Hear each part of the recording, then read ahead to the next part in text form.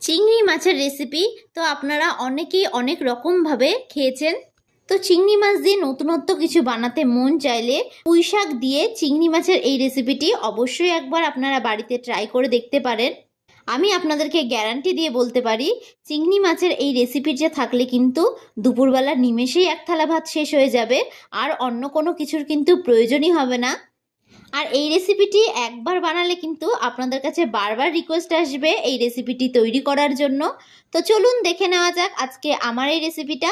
তো ভিডিওটা স্কিপ না করে পুরোটা দেখার জন্য আপনাদের কাছে আমার অনুরোধ রইল।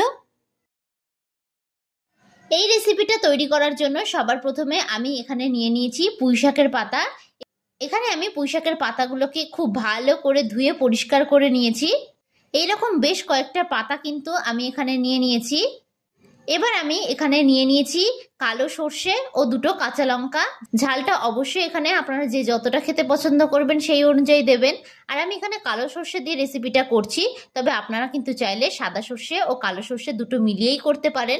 এবার এটাকে আমি একটু বেটে নেব। এবার আমি এখানে নিয়ে নিয়েছি 250 গ্রাম পরিমাণে চিংড়ি মাছ।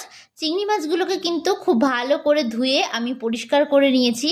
আমি এরকম ছোট সাইজের চিংড়ি মাছ দিয়ে রেসিপিটা তৈরি করছি, তবে আপনারা কিন্তু চাইলে এর থেকে বড় সাইজের চিংড়ি মাছ দিয়েও রেসিপিটা তৈরি করতে পারেন। নমস্কার বন্ধুরা, রনিতাস ফুড প্লেসে আবারও একবার সকল বন্ধুকে আমি স্বাগত জানাই।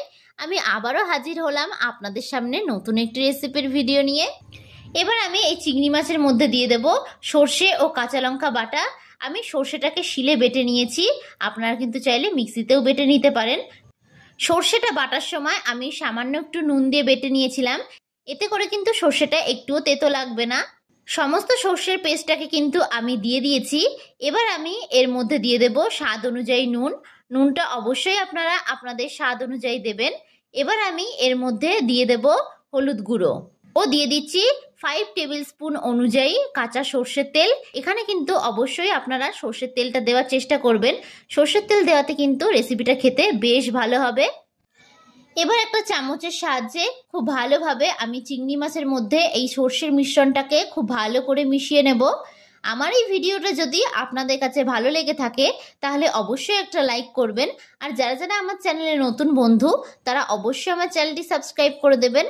আমার ভিডিওর আপডেট সবার আগে পেতে পাশে থাকা বেল আইকনটা ক্লিক করতে ভুলবেন না। আর যারা যারা ফেসবুক থেকে দেখছেন তারা রনিতাস ফুড প্লেস পেজটিকে ফলো করে দেবেন। এইভাবে কিন্তু চিংড়ি মাছের মধ্যে সমস্ত উপকরণগুলোকে খুব ভালোভাবে আমি মেখে নিয়েছি। এইরকম ভাবে কিন্তু একটু মেখে নেওয়ার চেষ্টা করবেন। আর সর্ষের তেলটা কিন্তু একটু বেশি পরিমাণে দেবেন, তাহলে কিন্তু খেতে বেশ হবে। এবার অন্যদিকে আমি একটা ফ্রাইং প্যান বসিয়ে দিয়েছি। এই অবস্থায় কিন্তু আমি গ্যাসটাকে অফ করেই রেখেছি। এবার আমি এর মধ্যে সামান্য একটু পরিমাণে সর্ষের তেল দিয়ে দেব। সর্ষের তেল দিয়ে প্যানের চারিদিকে ঠিক এইরকমভাবে আমি একটু ছড়িয়ে দিচ্ছি। তেলটা কিন্তু এখানে খুবই সামান্য দিতে হবে। এবার আমি এর মধ্যে একে একে আগে থেকে ধুয়ে পরিষ্কার করে রাখা পুঁই শাকের পাতাগুলোকে ঠিক এইরকমভাবে সাজিয়ে দেব। ঠিক একটার ওপর একটা এরকম দিয়ে কিন্তু সাজিয়ে নিতে হবে, ফাঁকা ফাঁকা করে কিন্তু সাজাবেন না। ঠিক এইরকমভাবে একটার উপর একটা পুঁই শাকের পাতাগুলো দিয়ে দেবেন। তো আপনাদের কাছে আমার রিকোয়েস্ট থাকলো পুঁই শাক দিয়ে চিংড়ি মাছের এই রেসিপিটা বাড়িতে একবার হলেও তৈরি করার জন্য। আর একবার তৈরি করলে কিন্তু বারবার আপনাদের কাছে রিকোয়েস্ট আসবে এই রেসিপিটা তৈরি করার জন্য। তো দেখুন এইরকম ভাবে কিন্তু পুঁই শাকের পাতাগুলোকে আমি বিছিয়ে নিয়েছি। এবার আমি এর মধ্যে চিংড়ি মাছগুলোকে দিয়ে দেব। সমস্ত চিংড়ি মাছের মিশ্রণটাকে কিন্তু ঠিক এরকম ভাবে আমি দিয়ে দেব। এইরকম ভাবে কাজটা করে নেবেন, তাহলে দেখবেন কাজটা করতে খুবই সুবিধা হবে। তো সমস্ত চিংড়ি মাছগুলোকে এইরকম ভাবে আমি একটু পাতিয়ে দিয়েছি। এবার আমি এর উপর থেকে আরো কয়েকটা পুঁই শাকের পাতা দিয়ে দেব। ঠিক এইরকম ভাবে কিন্তু পাতিয়ে পাতিয়ে একটু পুঁই শাকের পাতাগুলোকে দিয়ে নিতে হবে। পুঁই শাকের পাতা দিয়ে কিন্তু আমি চিংড়ি মাছগুলোকে খুব ভালো করে একটু ঢেকে দিয়েছি। এবার আমি ঝালে দুটো কাঁচা লঙ্কা চিড়ে দিয়ে দেব। কাঁচা লঙ্কাগুলোকে চিড়ে আমি এরকম ভাবে একটু সাজিয়ে দিলাম। এবার আমি এর মধ্যে দিয়ে দেব সামান্য পরিমাণে একটু নুন, যাতে ওপরের পাতাগুলোর মধ্যে সঠিক পরিমাণে নুন ও ঝাল ঢোকে, সেই জন্য কিন্তু আমি লঙ্কা ও নুন দিয়ে দিলাম। এবার আমি এর উপর থেকে দিয়ে দিচ্ছি 1 টেবিল স্পুন অনুযায়ী কাঁচা সর্ষের তেল। এবার আমি গ্যাসের ফ্লেমটাকে অন করে দিলাম। এবার ঢাকনা চাপা দিয়ে দেব আমি 2 মিনিটের জন্য। এই অবস্থায় কিন্তু গ্যাসের ফ্লেমটাকে হাইয়ে রাখবেন। তো 2 মিনিট পর দেখুন কতটা জল গলতে শুরু করে দিয়েছে। প্রথমে কিন্তু গ্যাসের ফ্লেমটাকে হাই রাখবেন। এবার আমি গ্যাসের ফ্লেমটাকে মিডিয়ামে করে দিলাম। আমি আবারও ঢাকনা চাপা দিয়ে দিলাম 2 মিনিটের জন্য। এতে করে কিন্তু মাছটাও খুব ভালোভাবে সেদ্ধ হয়ে যাবে আর রান্নাটাও কিন্তু খুব তাড়াতাড়ি হয়ে যাবে। তো 2 মিনিট পর আমি আবারও ফিরে আসলাম।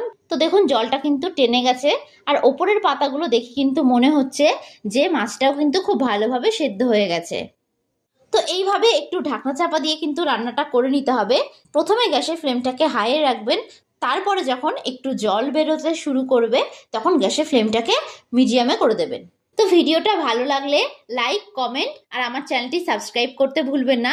আর যারা যারা ফেসবুক থেকে দেখছেন তারা রনিতাস ফুড প্লেস পেজটিকে ফলো করে দেবেন। তো ভিডিওটা শেষ পর্যন্ত দেখার জন্য আপনাদেরকে আমি অসংখ্য ধন্যবাদ জানাই। তো এবার আমি সবশেষে দিয়ে দেবো এর উপর থেকে আরও 1 টেবিল স্পুন অনুযায়ী কাঁচা সর্ষের তেল। এতে কিন্তু একটা সুন্দর ফ্লেভার হবে। এবার গ্যাসের ফ্লেমটাকে আমি অফ করে এটাকে নামিয়ে নেব। তো দেখুন এটাকে আমি নামিয়ে নিয়েছি। তো খুব সুন্দরভাবে কিন্তু রেডি হয়ে গেছে পুঁইশাক দিয়ে চিংড়ি মাছের এই রেসিপিটি। দেখুন এটা কিন্তু দেখতেই কতটা লোভনীয় হয়েছে। আমি আপনাদেরকে গ্যারান্টি দিয়ে বলছি এই রেসিপিটা থাকলে কিন্তু নিমেষেই এক থালা ভাত শেষ হয়ে যাবে। আর দুপুরবেলা গরম ভাতের সঙ্গে যদি এই রেসিপিটি থাকে তাহলে কিন্তু আর অন্য কোনো কিছুর প্রয়োজনই হবে না। তো আজকের মতন আমি বিদায় জানালাম। আবারও হাজির হব আপনাদের সামনে নতুন একটি রেসিপির ভিডিও নিয়ে। তো আশা করি আপনারা সকলে ভালো থাকবেন, সুস্থ থাকবেন। ধন্যবাদ।